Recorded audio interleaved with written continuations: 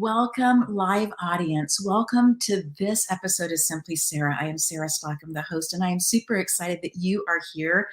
In the introduction, every single time you see this part about uplifting our perspective, and our guest today does just this. Trinda Best is somebody that I've had the opportunity to meet through other friends.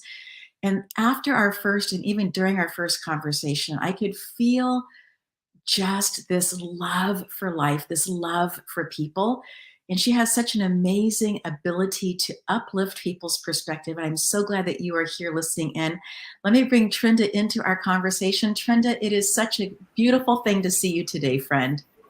Hi, Sarah. It's always good to see you as well. Wonderful. So tell me, you started out on the East Coast, you're now on the West Coast. You have done years of working with people in HR and other capacities as a vice president. And you absolutely live these leadership principles that are solid. How did you get to where you are today, friend? Oh, okay. Let's see if I can surmise for you how that happened. Um, so, as you mentioned, yes, I'm originally from the East Coast, migrated to the West Coast, went to school out here, uh, and I got a job in human resources as a headhunter at first. Yes. And so I was in training basically on how to do this for an executive search firm. I learned quite a bit. I acquired some skills there, found that work to be really interesting, but it did not speak to my heart. So I was very young, but I knew, okay, this is good. This is something I understand. So I move on and I get into human resources for a private company, Times Mirror Cable Television. So yes, I was there for a while, just kind of learning the ropes on the other side of HR. And from there, I went into the school system in HR, public school system. And it was there that I progressed more in my career. I really had a better understanding of HR, and my love for people just continued to drive me further and further into that arena. And, so 25 plus years later, I've held, various positions, coordinator, director, vice president, vice chancellor, all of that, and have met some incredible people along the way, have developed some long lasting friendships, lifelong friendships. And I'm so appreciative of all of that I learned that I was able to give in that area. Um, and then I did realize again, what I was doing wasn't necessarily speaking to my heart. What was it about what I was doing that I enjoyed the most? And this is what it was for me. In HR, there's lots of issues. Whenever there's a problem, that's where it comes. It comes to HR. What I found is that when I had the opportunity to meet one on one with people, really connect with them, really understand where they're coming from, listening to them. And I'm also an empath, so I tend to feel what other people are feeling, right?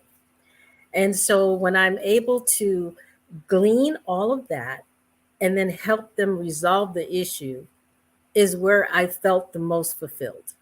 Okay. So going through the career, there were small bits of that, not enough. So I didn't have that fulfillment. Okay. So fast forward, you begin to think maybe I've done all that I can do in this arena. How can I take this part and do something else and focus more on that? And moreover, the truth is a lot of the issues that come up in HR are a reflection of our society, where we are, what's happening in the world around us. And as you further know, many of the issues are polarized, politicized, right? And so it makes it more difficult to get resolution because you're fighting through so much, right? And so trying to step back and look at that, um, I just really enjoy working one on one with people. I think I connect with them, I feel them, I hear them, right? And I understand them. Um, I make space for them to bring up and out whatever it is that's causing them angst, confusion, anxiety, whatever it is, just allowing it to come out with no judgment. Right. And that was the important thing, to be able to do that and not question why, none of that. Just let it be whatever it was. And in fact, I might have told you that's my favorite quote from Mother Teresa, right? Uh, don't, if you judge people, you will have no time to love them, right? And so I'm a very compassionate person. I love people, right? Um, I know that as we all are doing this thing called life, as we go through, there's going to be trials and tribulations and storms and all of these things, right?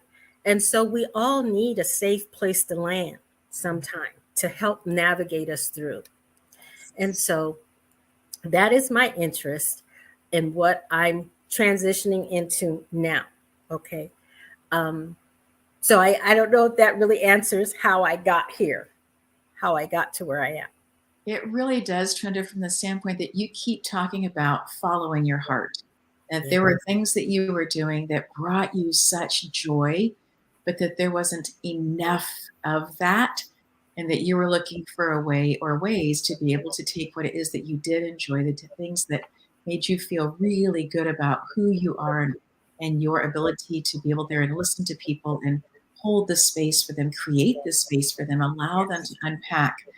And so often when we are able to hear our own thoughts out loud and nobody is judging us, we're in a safe place to be able to do that. So often we're able to find our own answer for it and don't need to have somebody give us the answer. We just needed to be able to have a safe place to put everything on the table. And at that point, we can kind of say, oh, those are stinky socks and those are muddy shoes. And oh, I want to hold on to this bracelet, right? Mm-hmm. Those kind of Exactly. those ideas of that. So, with all of these years of doing HR and being in different places that can be very, very legal in Mm. terms of what the information is and how you're helping that move forward and helping the conversation of people to, have the older generations who come from potentially a different framework for how life is and how they got their news, and then youngers who are going to have potentially a different framework, maybe different values, who knows. Mm-hmm. How have you taken all of these things that you have learned through the years and gleaned them? What is it that what is this next thing that you are doing? Because you talked about really enjoying the one-on-one part of it. Did Yes. you go back to school and get more education? What is it that you are birthing, so to speak, right now? So I did take some coursework and classes in coaching. Okay. Because in my family, I am the go to person. Whenever someone has an issue, a problem, a question, whatever, they just need to talk, I'm the one that they call. So I am accustomed to creating space for people. I'm accustomed to doing the pieces, but never had really any formalized training on how to maybe pull it all together. Right. Mhm. Right. So I did take some coaching courses and classes to help me better formulate and making this transition. Okay. To give it a name, so to speak, to a lot of what I was doing. Yes. Okay. Yeah. You Um, Go ahead.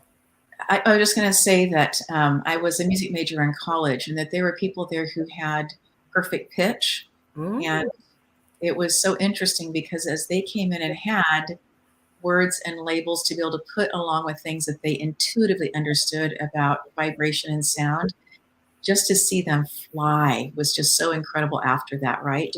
Because now they had the foundational pieces. So it sounds very similar to what you have done in terms of getting those foundational pieces. This was already inherently in your DNA, and your family encouraged you to be the listener. And by coming to you and trusting you, mhm. and the different generations coming to you and trusting you in those questions and things as they have processed different things. So now that you've taken these classes, what is this next thing that you feel is calling on your heart? That's good. So I have the bug to do coaching, the desire to do coaching one on one.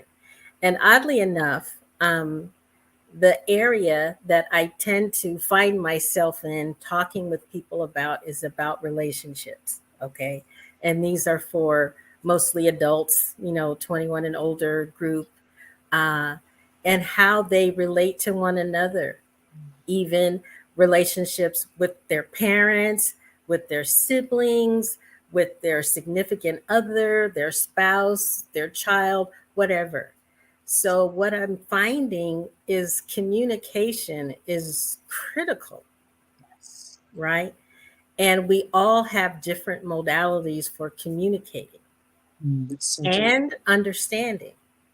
Yes. So, just working on a lot of that and just posing, helping people see a different perspective, just to consider it. Right. You know, I think it helps a lot in them being able to move forward in a relationship, to see someone else's perspective, and hopefully see themselves in a different light, in a better light. Mhm. And Trinda, I love that you talk about this perspective. I, in the last month or so, have shared a perspective with somebody, and it was one that they were offended by. And it was not my intention to offend them.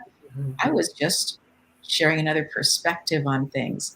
And Mhm. what I love about how you just kind of talked about this, you show up in people's lives. You go to your nephew's concerts. You travel across the country and are there for not just Thanksgiving and Christmas and some of those things, but if the family is gathering, you make sure that even though you've chosen to live on a different coast, that you are back there for those kinds of pieces. So you are literally investing in the community of people who love you and whom you love. And I just Yes. think that somehow comes into your coaching as well as when you're talking with people who maybe don't know you as well, as they Mhm. begin to hear you talk about how you show up in other people's lives, that when you do share a perspective, it's one that maybe they haven't considered it, but to go to a place of offense is not an open door for them because they are in this place of wanting to have a conversation. Yes, absolutely. And something you touched on there, the people that surround me, right, that are in my community, in my life. I have people that I still am in touch with that I went to grade school with, Right. even my teachers from grade school. You know, I can still reach out and call. There's two of them, and have a conversation with them, and it is the most amazing thing, right? Um, so Sunday was Mother's Day. Yes. And a friend called and said, "What are you doing?" I said, "Hey, I'm getting all my calls in for Mother's Day, my calls and my texts and so forth." He's like, "Oh, why are you doing that?" I said, "Why am I doing that?" I said, "Well, first of all, I think it's important to recognize mothers, right? I'm not a mother, but I recognize motherhood and what it means. Yes. Okay. Yes. So that's first. A second, I told them, I said, it's a chance to nurture my relationship with that person. And so they were like, "Oh," I said, "Well, yeah." I said, "It might seem like a small thing, but really, I'm concerned enough and I want to know, I want them to know that I'm happy for them that day. I hope they're having a good day, and the Yes. like." Yeah. Yeah. And so that's part of who I am. I think I've always done that. I've always done that and enjoy doing so too. So, um, yeah, yeah. We're Mhm. going to get a quick commercial break. We'll be right back with Trinda right after this break.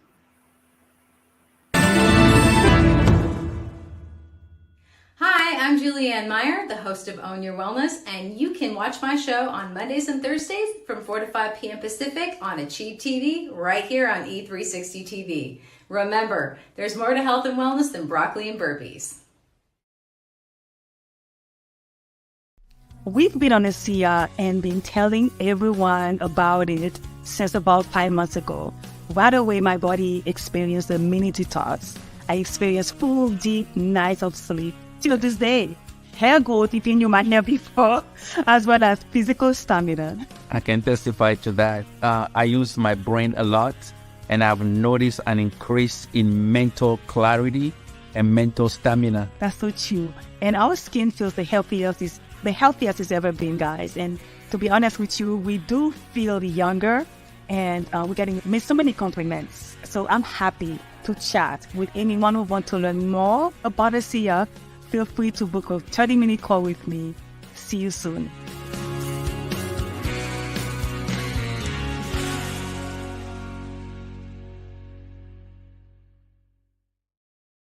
We're continuing this conversation with Trinda, and she's been sharing some of her things that she just naturally does. As somebody, she calls herself an empath, so she's sensitive to the people around her. So she's taking in information and deciding what to do with it. And as she's doing that, she's also listening internally for opportunities to be checking in with people, to be talking with them.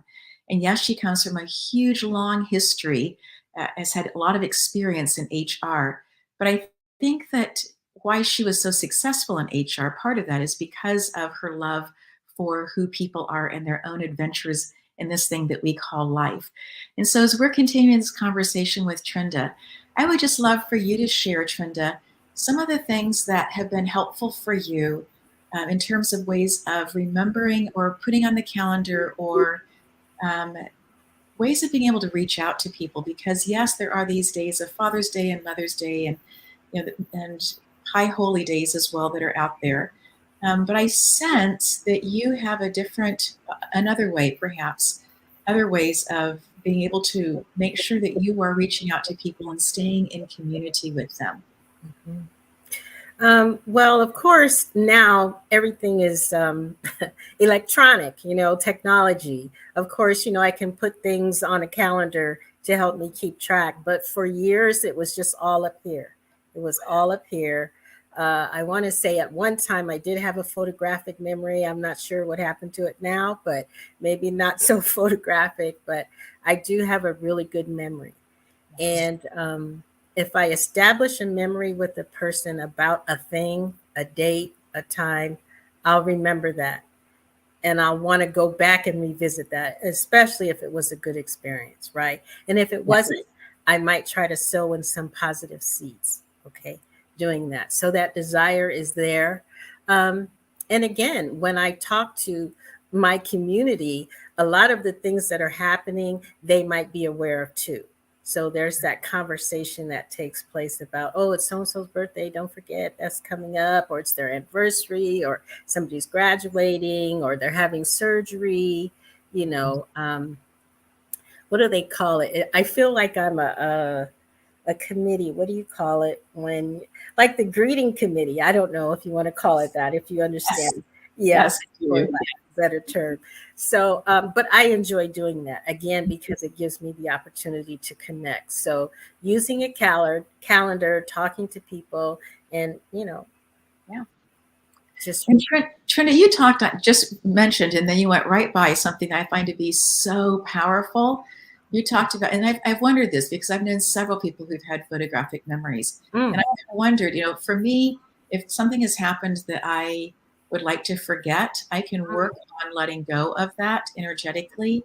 Okay. And if I let go of the energy of it, oftentimes it fades what actually took place, for better or worse, right? But I love how you were talking about from a very, very different point of view of saying, if it's a memory, and I don't like all the parts necessarily that happened in there, that you can sow the seeds, that you can rewrite the story that you are feeding your brain. I think that's so powerful. And if you have more to say on that, I would love to hear it. Well, it's interesting that you framed it that way, because I don't know that I ever really saw it that way. It was just something that I did. But since you framed it that way, let me see if I can unpack it a little bit. So I think that, we experience what we experience, we see what we see, we feel what we feel, right? And I'm a very introspective person, very introspective. And so I will ponder and think on something. And if I am left feeling not good about that experience, I'll sit with it for a little bit. And then I'll have to figure out, how am I going to move past it? Because, I can just grab it and hold on to it and just be holding on to it, and not even realizing it. But I do try to make a conscious decision about what am I going to do with what I'm feeling. Right. You know, for example, I think many of us, suffer from depression from time to time, and just, being down in a bad mood, what have you. I'll grant myself that for a day. That's Yes. it. That's all I get. The next day, I'm, whipping myself up. Come on, girl. Let's go. The self-talk. Let's go. Let's get moving. And so if I am in a bad place with that feeling, I have to try to figure out how to take any part of that was beneficial, take that and maybe discard the rest. I would say that's how I do it. Discard the rest, take the little piece in there that I could, and I'll keep it there. And if it's with a person, the next time I talk to them, I'm going to figure out a way how to surround that with something positive, right? Yes. Yes. So And I think that might no, be the best way I can articulate what I do, because I never put a name to it. yeah. And I love how you talk about seeing that person and surrounding them and then adding more in that's good. It's almost like you're taking in ceramics that you can take something and have it be your mold, and that you are, so it's an inside mold, right? And that you're just putting on more and more clay and smoothing it and adding the design and stuff, that you are literally creating, a mug that's around a form. And I love how you're talking again about that space of being able to choose what it is that you're focusing in on. Because I am certain with all of your years in HR, you've heard enough stories that have been difficult and hard and that have kept you awake for literally weeks. Yeah, And then you compound it with a whole bunch of different people telling all their different stories. And because in some ways, HR, at least in some places, acts a little bit like a filter for um, we have these services that we can offer to you. We have things that we can support you with this if you are grieving or if you are going through the loss of something. Let us, so that they are really very often, in my experience, have been very community oriented, not just for the community that they are serving, for the business that they are serving, but HR also being this filter for being able to bring people together in different places as well. So thank you for sharing that sure. technique of holding on to the good part and then just discarding, allowing the rest of that part of it to release, to not hold on to so tightly for that as well. So Yeah. are there things that you find when you say that you allow yourself a day? I think that's just so incredibly powerful. Are there things that you physically do when you say, okay, girl, it's time to get up and go? Are there things that you physically do that that will help you to kind of turn the page, or at least to start uplifting a bit of whatever the heavy has been? Sure. So when I'm in that down state, like I said, I'll give myself a day. Then the next morning, I still might be feeling that, but I'm doing something about it. That's the rule. That's my rule. So I'll start out with my gratitude. First of all, girl, whatever it is, this self-talk. First of all, girl, whatever it is, it's not that bad. Okay. So I start to give thanks and praise for all that I have and all the people that are in my life, and just start feeding that positivity back in. And so it's hard to be upset or down or depressed when you're feeding all this positivity, Right. right? So basically, I'm chasing the blues away. I'm chasing them away with the positive, with the gratitude. That always does it. There are people that I might call just to talk, and we can be silly and laugh. Laughter is another one, right? Yes. So laughter is important. It's good for the soul. So I may call one person and talk for a little while, and we'll get our laugh on, and then I'll feel better. Also, listening to music. I do love music. I listen to music. Now, I can't sing. My dancing is questionable, but I love music. I love music. Yeah, yeah. Yes. So Yeah. those are some of the things that I do. And again, I love that you give yourself this opportunity to say, okay, to acknowledge even on day 2 or maybe even day 12 that Mhm. there's still a little piece of something, so that you're acknowledging it and not just saying that didn't happen, but then Mhm. coming into this space of gratitude. And it just brings me back to this quote that you love by Mother Teresa about judgment and love, that you can, if you're going to spend your time working on that, and for, I think that judgment often comes out of fear. And so Yes. in that space of being afraid of something or upset by something, moving that into a place of love, and you actively choosing to do that by making the choice of gratitude and finding things and then being in community with people. And I think that that's one of the things that I really began to understand very, very differently, Trinda. Having Mhm. been overseas, there was built in community, partly because of geographically where we lived at the end of the mission station, or that we happened to be on a compound someplace, or that we happened, I went to college, that we were all, got on the same bus to go to the same school of music, twice a day. So there was that kind of built in selectivity, if you want to call it that. Inside of that, then, was naturally people who were having similar kinds of experiences, or that we had, it was a safe enclave. And so Yeah. I think that when you talk about community, I had forgotten how deep those roots were for me until we Mhm. got to the point that we were all staying home. And Mm. that then really caused for me to do some real thinking about, how am I feeding the communities in my life that I care about? And then also, are there communities that I have been part of just because it looked good on a whatever, Yeah. that really it's no longer reciprocal? Mm. And if that's the case, then am I in a place of being able to say thank you? That season is done, and Yes. I can honor all of that we've done together. I can honor all that, but to also honor the season of letting go in order to make space for new. And Yes. so I really appreciate how you've been able to just talk about community, because it just, for me today, brings back this whole opportunity to look once again at what's important for me in a community. And I think that celebration is one of those things. Yes, grieving with people, listening to them. Mhm. But a friend of mine, Beth Meisner, had shared a story about something really exciting had happened in her life. And she was just so excited to go share it with somebody. And what she got back from that person felt so much more like comparison, where the Mm. person was sad that it hadn't happened to them.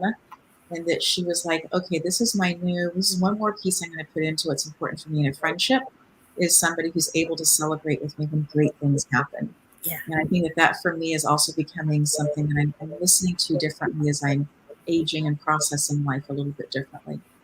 Absolutely. And I would say as we grow, our needs change, right? Yes. And what we give changes also because we're changing. And Yes. so you just might need that one person, right? That understands, that knows that you can come in your ugliest hour, in your greatest hour. That person is going to be a constant for you. So, Yes. yeah, I think that's very important. Yeah.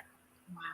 Mm. Well, so we're talking about these seasons and allowing things to end. Obviously, you in HR have had opportunities for people to come and resign or retire or move on, or what that's looked like. What are some things that you have noticed have been helpful for people as they choose to say goodbye to a community, a work community, perhaps, and then start looking at other things that they perhaps want to be investing in or bringing into their life? Have you noticed that there have been some trends or things that have made it better for people? And this may be a question that you're at a disadvantage of, because you're seeing them while they're with you, but you Yes. be seeing them, later on, right? Yes. Well, I will tell you something that I learned when I was at my first community college, and I was there for 11 years. Um, and people were retiring, we wished them well and send them off. And, of course, I was a lot younger then. And, then about, I don't know, 8 months, a year, I would see them back. I'm like, hey, what are you doing back? I thought you retired. Right, Um, right. and yeah, and so there were a couple of things they would tell me. Well, I hadn't anticipated that I would be bored. One. Okay, so they really need to have something that they're going to retire to do. Okay. And it doesn't have to be anything grand or big. It's just something, whether it's your gardening, a community garden, whatever your thing is, find it. You have to have that. And then in terms of financial, they were coming back. Some were coming back to work because at that time, the cost of medical benefits was extremely high. Yes. Okay. And when they left, the company or the district didn't cover those expenses to the degree that it's covered now in many of the districts. So Right. those were two things, but I don't think anybody just wanted to come back because they loved it so much, but for those primary reasons. Yeah. And I love how you say retiring to something, to do something. And I also really appreciate you talking about that it doesn't need to be that you have to go and get your doctorate. If that's what you want to do, you've been waiting your whole life to do it, then go do it, right? Yes. Yes. But something that really is feeding your soul, it's feeding the inner part of who you are, and allowing, I think, being brave enough, if that's the way to say it, Oh, yes. and to hear that small voice inside that says, this is what I have been wanting to do or wanting time to be able to do. And just like you, listening to those voices, that heart part of who you are, and just seeing there wasn't enough of that there. How can I take steps to open that up? If I take fear and say, thank you, fear, I know that you're trying to keep me safe. I want you to sit down just for a minute and listen, right? Yes. And then be able to kind of move around. And then the fear is going to show up and say, hold on, you're not listening carefully enough. So sometimes there's that conversation with fear. But yes, I still hear you. Yes, you're still trying to keep me safe. Yes. However, I still need for you to sit down so we can, I can continue to kind of work through some of these pieces on that. So I really appreciate you sharing that. We're going to take another commercial break. We will be right back after this. Are you someone who is struggling to move forward because you suffered a loss? Maybe you're even finding it difficult to complete the most basic tasks. Are you looking for a way to start enjoying life again without feeling guilty or the resistance to do so? Spiritual life coach Sarah Stockham saw a need for people who haven't learned how to grieve without putting their entire lives on pause. And so she created a program that solves this issue called Choosing Life Right Now. This program is simple and you can do it on your own. If you are ready to learn how to feel your grief while still being able to smile, to honor the sacredness of what took place as a loss, and yet still continue to live with joy, and if you'd like to take care of your whole being with grace and love, then I'd like to invite you to experience her new program called Choosing Life Right Now. Sarah is currently offering her program for the promotional price of $77, but it won't stay at this price for long. To learn more, check out her website. The address is on the screen.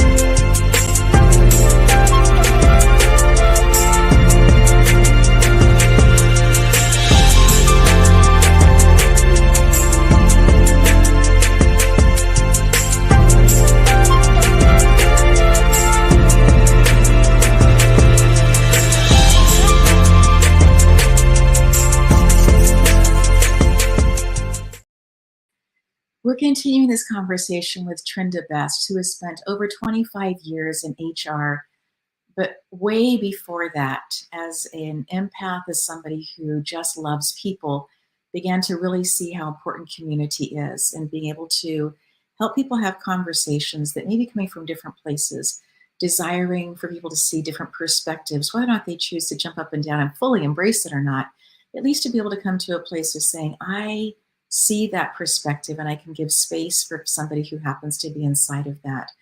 She's also been sharing with us tips and tools for how she chooses to reboot after difficult things happen, giving herself time to really feel the emotions, but then also understanding that at some point that she's going to start looking for the pieces of joy, the pieces of gratitude, the pieces of being able to sense other emotions.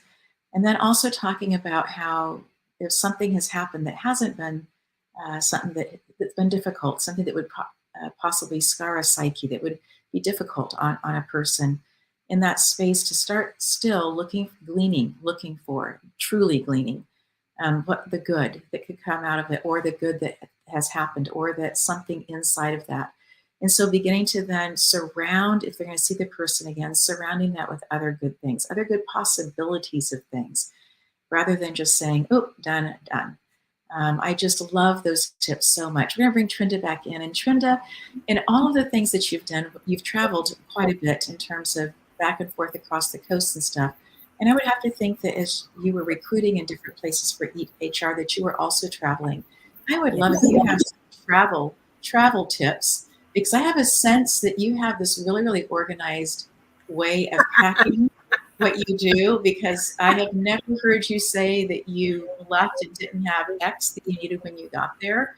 And I think that you also travel pretty lightly. So I think that you have some incredible travel tips to be able to share. Well, I don't know how incredible they are, but I do travel light. I don't take any bag that I can't carry on myself, just simply because I don't want the hassle of having to, go get my luggage once I get off the plane, or risk the chance of them losing my luggage. So I just kind of eliminate that. And I'll just take the basic of what I need. And that can be hard to do because at first you think you need everything, right? So my packing is a process, and I'll pull out everything I think I need, and then I'll put more than half of it back, and I'm usually okay, right? Usually okay. And I do the roll method with my clothes. I roll them up so that you can fit more in the suitcase. I know that some people use the packing cubes and they swear by those. I think for my next trip, I'm going to give that a try to see how I like that. Yeah. Yes. And another tip, I know that some people do this, is that they take one of the air tags, the Apple air tags, and put it in their luggage because, sometimes they get separated from their luggage. Right. Yeah. So that is a good tip. But yes, as I travel more and as I mature more, the less I want to carry, so I'll just carry the basic and that's it. Absolutely. And then do you carry a backup battery for your phone and stuff, or do you just trust that you're going to find what you need to along the way? Yes, I'll find what I need. I'll carry my charger. That's it. Yes. Mm-hmm. Yes. And then about shoes, do you take multiple pairs of shoes? I try to limit to 2 pair of shoes. I love it. Shoes, that's it. Yes. And if I'm really focused, I'm wearing one of the pair, and there's only one other pair in my suitcase. Yes. Yeah. I love that. Mm-hmm. And the pair that I'm wearing is typically the pair that's heavier or bigger. Yes, or bigger. That's right. Yes, so that I can fit more into what I carry on, that Yes. part of it as well. And then when you get to the airport, do you have routines that really help you? There's for some people, there's the anxiety of travel, Mm-hmm. and there can be trips that have a little bit more of that attached to it for whatever reason. But there can also just be these chunks of mundane time that happens when you're at the airport waiting, or the flight's delayed, or whatever it happens to be. Yes. And so do you have routines that help you when you get to the airport? I go, okay, this is how it's going to go. Yes. And depending on how much time I have when I get there, right before my flight, sometimes your flight gets delayed and you have all this extra time. So I always take my iPad. I do carry that with me so that I can see things on a bigger screen. I can, check email or play a game or watch a webinar or, something of that nature. So that helps a lot. Also, I have my phone and I can reach out to some people that I might need to connect with. I might owe some phone calls or some things like that, work on nurturing those relationships, those little seeds. So that's primarily what I do. And if I'm really hungry, I might get something to eat, but I typically don't like to eat a lot while I'm traveling. I don't know why. I just rather wait till I get to where I'm going and then sit down and have a nice meal. That's how I like to Yes. travel. Yes. You know. But Speaking of meals, go ahead. No, finish yeah, your thought. no, I was gonna say if I have snacks, I might take a handful of nuts or something like that and water before I, get in there because they don't let you really take all that stuff in. Yeah, so true. Mhm. Speaking of food, I don't want to be out of line as I share this. I know that you make the best brittle ever. Oh Ever. my gosh. Oh We, my. we had an opportunity to have some of Trinda's brittle. Then we were calling and texting saying, hey, there's a huge holiday coming up soon. Can we order from you? And you just had a gift in the kitchen. And I heard you talk about it was somebody's birthday and you thought, I'm going to try this new recipe and this, how you layered all the different pieces to make it happen. And it was, creative for you. I don't know that I would have tried that on, a birthday for somebody, but you were like, I've got this. And just your way around a kitchen and being able just to take the love of who you are and put it into food is a gift, Trinda. Oh, thank you, Sarah. It's funny that you say that. I do love to cook. I love to bake even more. I think that is my creative outlet, right? Some people sing, some people dance. I told you all my skills in that area are questionable. So, and I believe that's where some people draw. They're very artistic in that way, but colors and food, I think, is where my creativity comes out.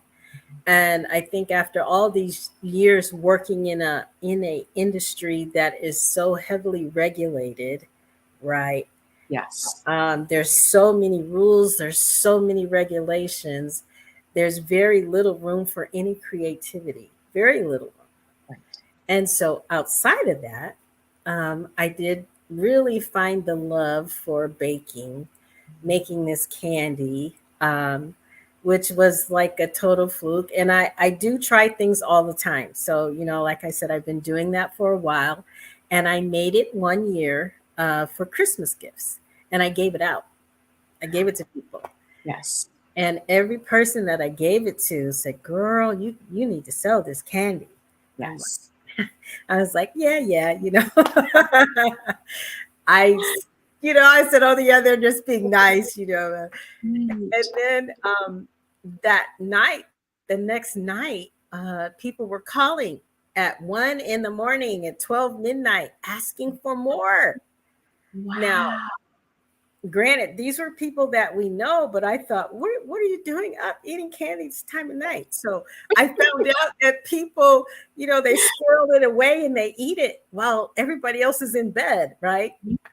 And so when it's gone, they want more. Or they would say, oh, my spouse ate my candy, And so it was really just a thing like that. It was so funny. But when you're doing things like that, it does require a lot of time.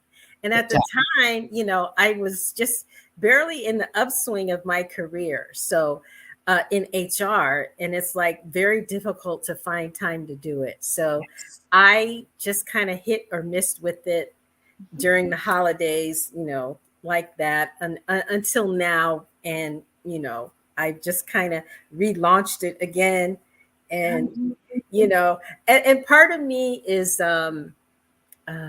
what's the word? Apprehensive. I would say that's because I don't know that I could handle something this big because it's just me that's doing all of this. Right? Yes. But yes, I still do make it and I still do. It's not on that full scale yet. So it's, I have that and then I have the coaching consulting part. And very, very creative things. And I love that you have gifted yourself this season of being able to figure out what you want to do with the candy and what you want to do with the coaching, because I know that there are people in your life who are asking for both of those and other things as well. Yes. I really, really love that and I think that, there are a number of entrepreneurs who say, this is the limited amount that I am making, get your orders in. And they increase their price because Mhm. it's a limited amount. And so then they are requesting that people pay up front, right? I mean, get all that Yeah. in. And Yes. then you know how many batches you have to make by the certain date in order to be able to do. And if you want to do more after that, you can always do, hey, I have one more run, kind of a thing. But that way you get to have your peace of mind that the holidays are coming, that you get to have some downtime as well, that people won't be calling you at midnight, 1 o'clock, or hopefully few. But I will say in our house that we had extras. We were very specific on who we were sharing it with, but we kept Yes. some extras just for ourselves because we knew that my mom was coming to town and that Ah, my mom needed to try it as well. oh, So wonderful, wonderful, yes, wonderful. there was a place that said, to give, and then there was another place that says, this is ours. And so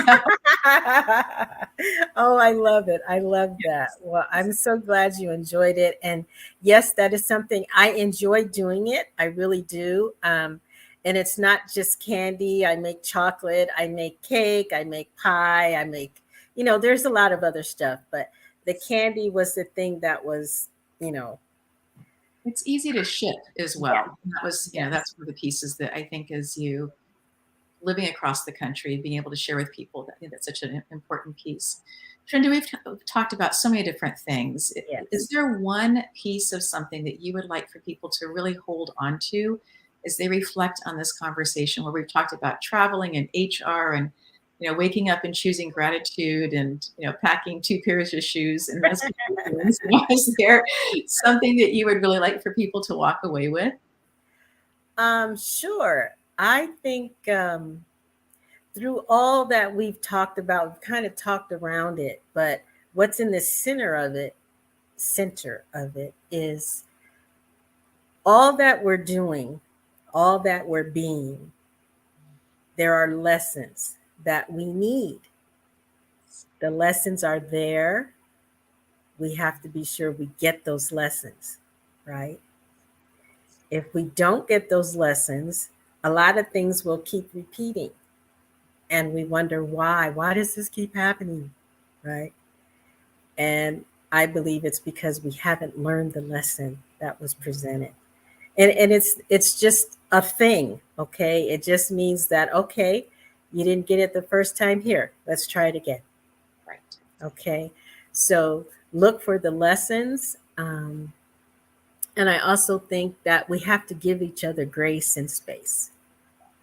Grace, especially because sometimes when we're going through things, people that we talk to may not have the capacity to understand, to endure, to empathize, all of that. Right. So just remember, none of us are perfect, but we all have our different levels of capacity to endure a thing. And that's what I would say.